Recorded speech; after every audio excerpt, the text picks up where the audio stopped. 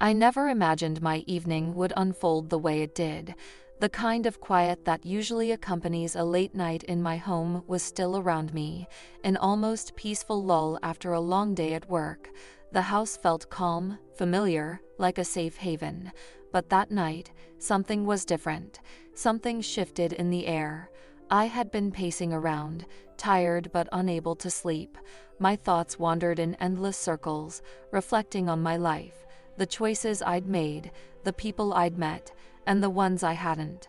I found myself standing in front of a door I had never really paid much attention to before. The room behind it had always been locked, a place I never thought I needed to explore.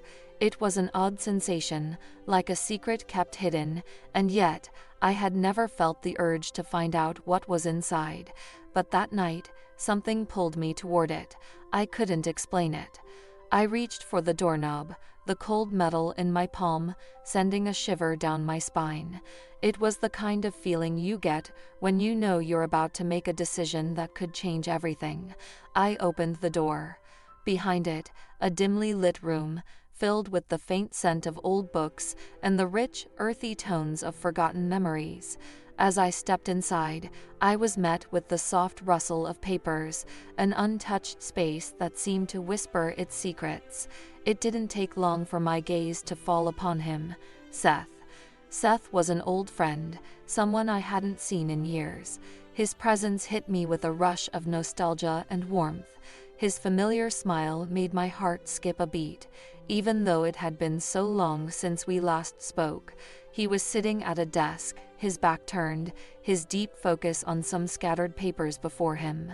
The shock of seeing him there, after so many years, was enough to leave me breathless. I hadn't expected this, certainly not tonight, certainly not like this. Seth, I whispered, the name slipping from my lips like a forgotten prayer. He turned around, his expression unreadable at first, but then his eyes softened. I wasn't expecting company, he said, his voice low but warm, but it's good to see you, really. I stepped further into the room, a mixture of emotions swirling inside me. Our history was complicated, filled with moments that had left both of us unchanged and yet, somehow, still tied together by something unspoken. I had no idea why he was here, or what had led him back into my life, but I could feel the weight of that question hanging between us. But in that moment, the door was no longer just a physical barrier. It felt like a threshold to something I didn't yet understand. Seth gestured to the chair beside him, and I sat down, both of us lost in the silence that followed. The air was thick with unspoken words, a kind of tension that only comes from years of unresolved history. "So, what brings you back to this place?" I asked, my voice barely above a whisper, trying to make sense of the emotions swirling within me. Seth shifted in his seat, folding his hands. "I could ask you the same thing, but I guess that's not important right now." He paused, his gaze drifting to the scattered papers on the desk.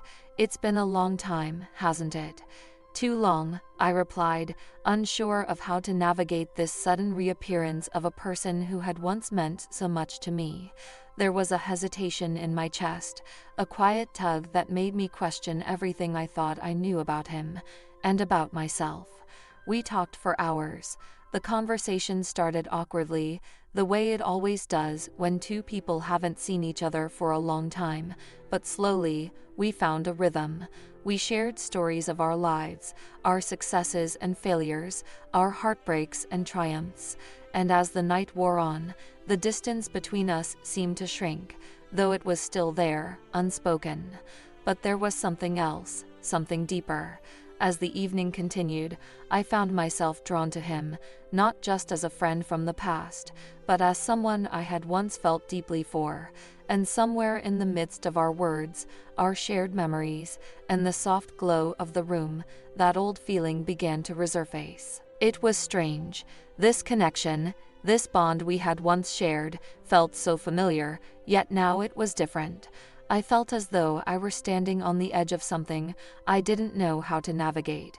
He was looking at me, his eyes intense, as if searching for something, answers perhaps. or maybe just the courage to say what we both knew was lurking in the space between us. "Seth," I began, my voice shaking slightly, "I don't know what to say." He smiled softly, leaning forward, and I noticed how the years hadn't changed him. There was still that same warmth in his expression, the same steady, calming presence that had always drawn me in. "You don't have to say anything," he replied quietly. "Not yet, anyway." But it was clear that something had changed. The door I had opened, unwittingly, had led us both into a space where old feelings were resurfacing.